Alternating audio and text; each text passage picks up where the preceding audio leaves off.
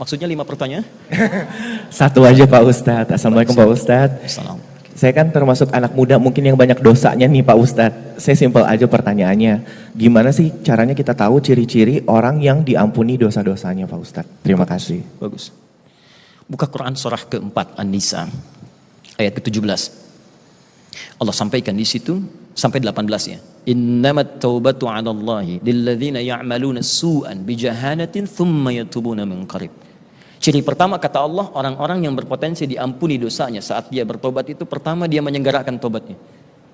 Itu cara pertama. Jadi kalau Anda misalnya akan bertobat dari dosa di siang hari, jangan tunggu malam. Berdosa saat itu, cepat minta ampun pada Allah. Kalau sadar pada saat itu seketika, ya Allah saya hilaf, saya salah ya Allah, ampuni dosa saya, ampuni dosa. Jangan tunggu malam.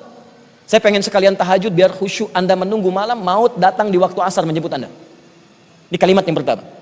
Yang kedua, sesali apa yang dikerjakan. Akui apa yang telah dikerjakan. Kemudian yang paling menarik adalah, ini kata para ulama, ketika turun kemudian ampunan dosa itu dari Allah Subhanahu wa taala, maka akan tampaklah 2 sifat yang paling utama. Sifat pertama, dia akan merasa benci pada perbuatan-perbuatan dosa yang pernah dikerjakan dan tak suka menyaksikan, mendengar ataupun melihat apa yang tampak yang terkait dengan dosa itu. Misal, saya mau tobat dari dosa ghibah, gosip. Udah tobat, dan nangis. Kemudian tiba-tiba ada acara gosip di TV. Ya, atau misalnya di bacaan kita, atau di misalnya di WhatsApp atau di media sosial, begitu tampak gitu, Allahu Akbar, saya sudah tobat, ini maksiat, saya nggak suka. Tutup tayangannya, matikan TV-nya, ganti dengan acara lain. Ini menandakan tobat Anda diterima.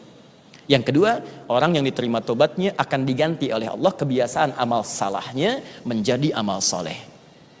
Biasa kumpul-kumpul nggak jelas tobat, tiba-tiba kumpulnya di majelis ilmu, senang kajian, senang ke masjid, itu tobat, berbahagialah.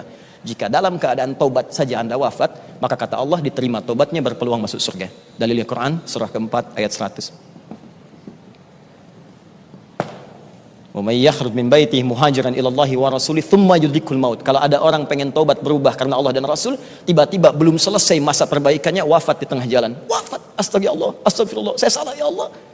Belum beramal lagi, begitu dia tobat, seketika diterima. Faqad waqa ajru 'ala Allah. Diterima tobatnya, turun pahala pertama dari lisan tobatnya. Kata Allah, surga menantinya.